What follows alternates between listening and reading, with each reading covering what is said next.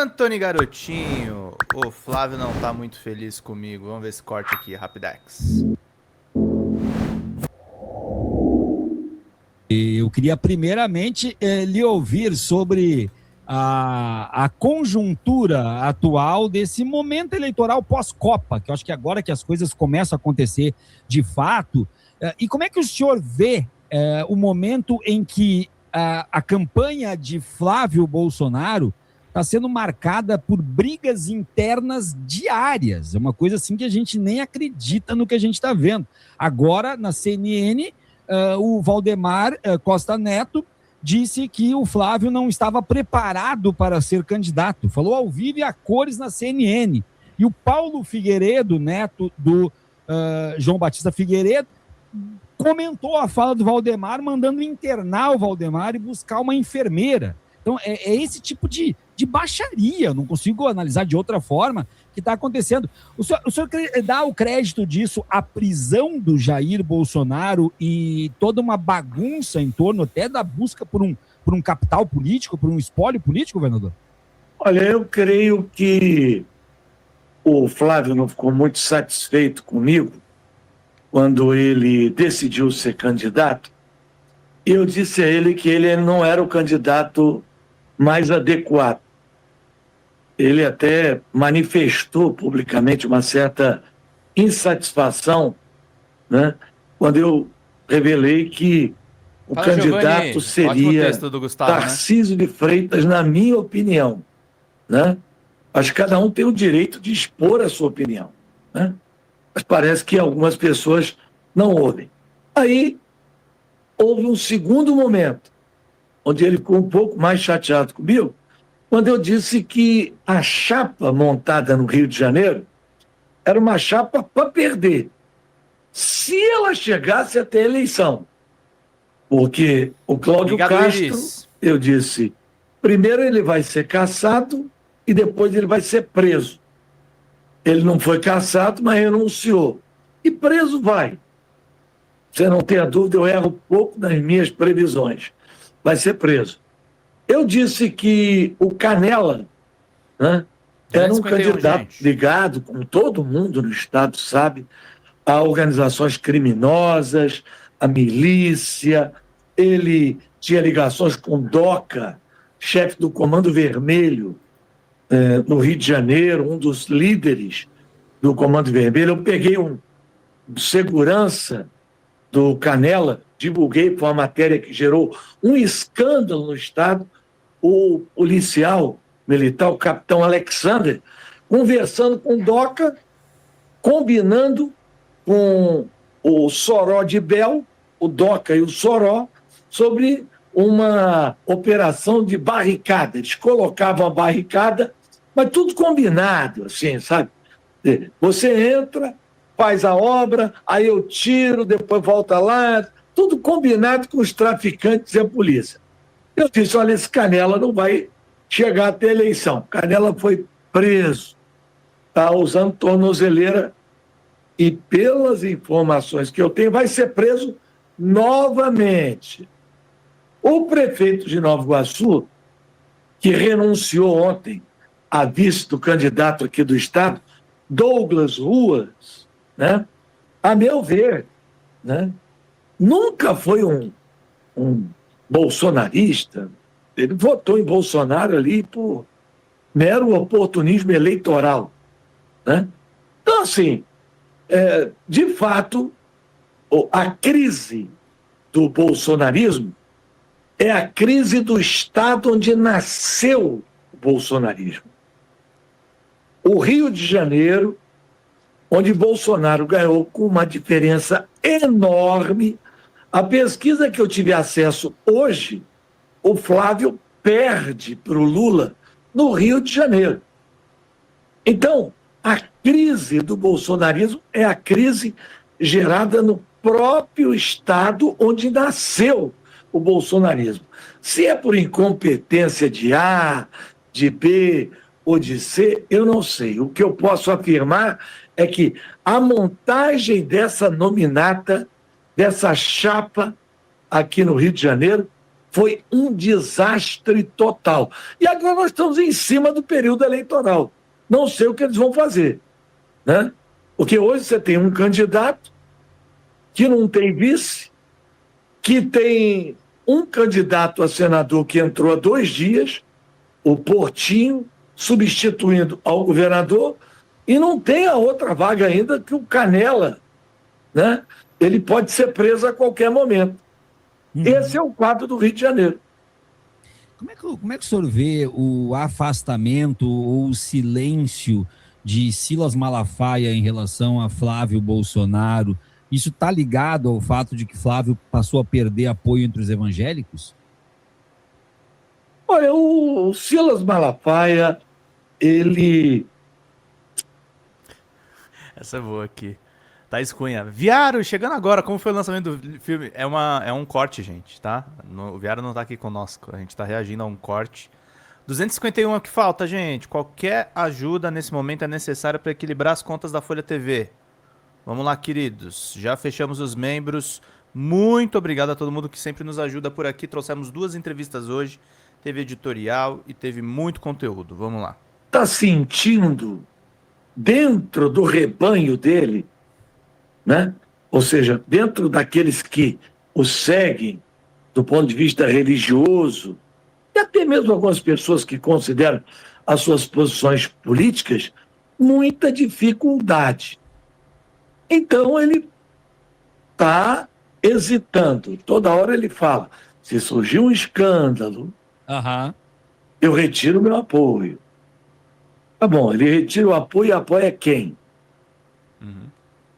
Ao Lula, que ele chamava de demônio? Ele apoia quem? Vai apoiar o Renan Santos? Vai apoiar o Caiado? Vai apoiar o Zema? Ele vai apoiar quem? O Lula ele não vai apoiar. Claro. Embora em 2002, Sim. quando houve o segundo turno, eu fiquei em terceiro lugar. O Silas Malafaia, no primeiro turno, tinha votado em mim. No segundo turno, ele apoiou o Lula, num jantar que eu promovi. Mas governador, perdão de interromper. Em 2002, Silas não era mais cristão do que é hoje? Eu não vou fazer julgamento da fé dos outros, né? Não estou aqui para isso, eu não posso dizer. Mas a análise do discurso cristão era mais alinhada com o cristianismo. Olha, eu diria que o Brasil hoje tem mais evangélicos e menos evangelho. Deu para entender? Claro. Mais evangélicos e menos evangelho. Fala atrativamente, querida. Né?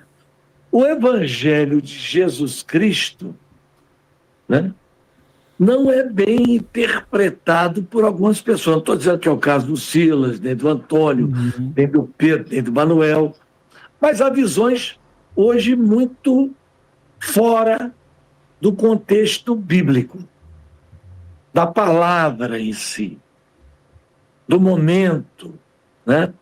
Porque a Bíblia, como entendida, palavra de Deus é eterna. Então ela serve a qualquer momento, mas ela não pode ser distorcida na sua essência. Acima de tudo, a Bíblia traz uma mensagem libertadora, né? De uma vítima de um sistema, né? Você sabe muito bem que Jesus, ele foi alvo de muitas iras, mas a principal ira contra ele era um dos religiosos, os fariseus, né? Que forçaram, inclusive, Pilatos a tomar uma decisão que ele não queria tomar. Tanto que ele se acovava e diz, olha, eu lavo minhas mãos. Sim. Então vamos ver. Eu não gosto Obrigado, muito Célia. de trazer... Célio, o Viário não tá aqui, ó, gente. Deixa eu mostrar pra vocês. Eu tô sozinho, ó. Eu tô sozinho. O Viário não tá aqui. Tá? Obrigado pela ajuda, Célia. Tá ajudando a Folha TV, faltam 249. Ajudem. Precisamos do apoio de vocês. para fazer o nosso trabalho. Daqui a pouco vamos trazer aí um corte do ICL e eu vou trazer um surpresa de uma pauta importante aí para vocês acompanharem, queridos e queridas. Deixa eu voltar aqui. Vamos lá, meus caros. Bora. A religião para essa discussão, embora, né, todos nós saibamos que nós vivemos num país cristão, que a religião tem sido aproveitada partidariamente, não é politicamente. Tudo é político. Eu trouxe essa questão, que nem estava na pauta, mas eu trouxe essa questão porque me é muito cara essa questão, porque de 2002 em diante eu identifico também na postura do Silas um rompimento definitivo dele com o Caio Fábio, por exemplo. A gente sabe tudo que envolveu a trajetória do Caio Fábio, o divórcio, etc, etc. Mas há um rompimento público do Silas com o Caio Fábio e uma aproximação do Caio Fábio com pautas progressistas também muito intensa. Então, esse Silas muda muito dos anos 2000 para cá. Né? Então, por isso que eu acho que não tem volta do Silas em relação... Mas o Viário é meu amigo, tá? O Viário tá bem. Parece que teve lançamento também lá em sede do PT, em Florianópolis. Ele vai contar pra vocês. O Lula, né? O Silas, ele foi muito próximo de mim. Hoje não temos proximidade alguma, né? Nós divergimos em relação a uma série de questões, convergimos em relação a outras, mas ele tem tomado algumas posições que eu acho que, no futuro, ele terá que prestar contas, não a mim, não aos seus fiéis, mas a quem ele deve obediência. Aí eu concordo plenamente com o senhor. Bom, governador, Flávio Bolsonaro, eu tenho sido praticamente sozinho. Eu estou sendo assim, o único aqui nas nossas lives a ter a impressão de que a candidatura de Flávio não vai até o final. Eu já sou voto vencido nisso. Qual é a sua posição sobre isso em relação à possibilidade dele ir até o fim ou não? Há 1 ano e meio, eu tenho dito que nem Lula nem Flávio seriam candidatos ao final. Tenho sido chamado de doido. Alguns analistas dizem, olha, o garotinho acerta muito, mas essa do Lula e do Flávio ele vai errar. Eu estou esperando, porque eu ainda tenho as minhas convicções de que nenhum nem outro chegará ao final. E o Lula só está esperando para tomar a sua posição, a posição do Flávio. Na hora que o Flávio tirar, o Lula tira também. É mesmo? O senhor tem essa ideia? Então o senhor está diferente de mim, inclusive. O senhor concorda comigo que o Flávio cai, mas eu não passa pela minha cabeça que o Lula sai. Agora, tem uma lógica do Lula ser candidato para enfrentar a família Bolsonaro. Isso tem uma lógica. Né? Sim. Isso tem uma lógica. É exatamente isso. Eu acho que ele é candidato enquanto tiver um Bolsonaro na disputa. A hora que não tiver mais, ele sai. O senhor fez lembrar lá, eu vivo no Rio de Janeiro, mas eu sou de Porto Alegre, né? O senhor fez eu lembrar um Grenal, que eu sou torcedor do Inter, né? Fez lembrar um Grenal em que a dupla Grenal fez um acordo no Campeonato Gaúcho que ambos iam entrar em campo com time reserva. E aí, chegou no dia, o Grêmio confirmou o time titular, o Inter botou o titular também. Então, era essa a questão, né? Nós vamos com reserva se eles também forem com reserva. Senão não... Só vale para os dois, né? Sim, só vale para os dois, exatamente.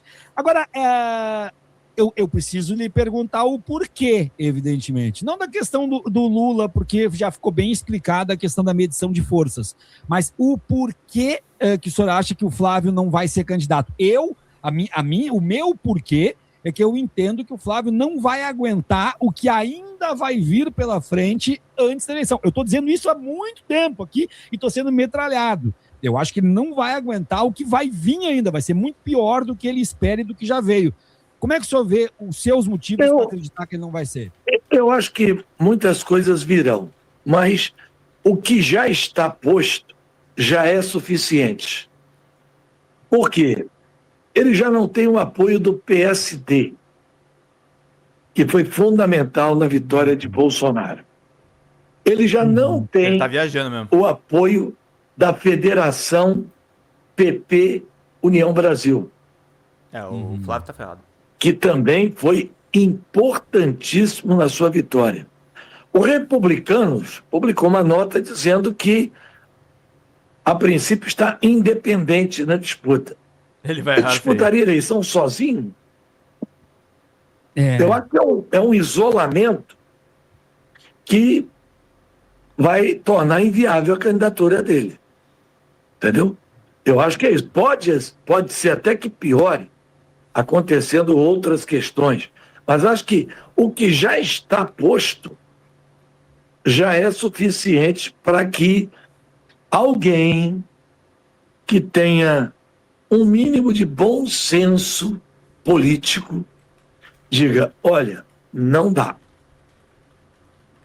Pois é, o que o senhor acha do fato do Valdemar Costa Neto, hoje na CNN, ter dito, nós estamos conversando com os partidos, acho que vai dar. Não é muito tarde, 21 de julho, para ainda estar conversando com os partidos?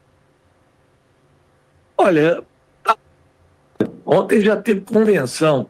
Agora há pouco, recebi um telefonema aqui do Rio, né? Onde eu estou falando com você, que o Antônio Rueda ia reunir aqui os deputados estaduais e federais do partido, no Estado, para desembarcar da candidatura do PL aqui no Estado, do candidato Douglas Ruas. Então, quer dizer, eu acho que isso está refletindo um pouco da postura nacional. Porque quando há o desembarque aqui no Estado, é muito provável que isso também vá ocorrer em outros estados e também no plano da candidatura federal. Uhum. É isso aí, gente. Garotinho lá no Diário do Centro do Mundo. Oi, gente, eu sou a Sara Miranda do Folha TV. Eu tô aqui para agradecer sua presença no nosso canal e pedir para você continuar apoiando o nosso jornalismo progressista independente, que precisa muito da sua ajuda. A primeira coisa, se você não está inscrito no nosso canal, já faz isso agora e receba as notificações das nossas lives. Além disso, você pode acompanhar toda a nossa programação durante a semana. Também tem outras formas de você continuar nos apoiando financeiramente. Uma delas é pelo Pix, folhademocrata@gmail.com. Também temos o apoia-se/Folha TV, onde você faz contribuições mensais e recorrentes e nos ajuda muito. Além disso, você pode se tornar membro do nosso canal. Clica lá no YouTube em tornar-se membro, veja qual é o pacote que melhor cabe no seu bolso e fique mais pertinho da gente, inclusive em grupo de WhatsApp com toda a nossa equipe com quem você pode interagir.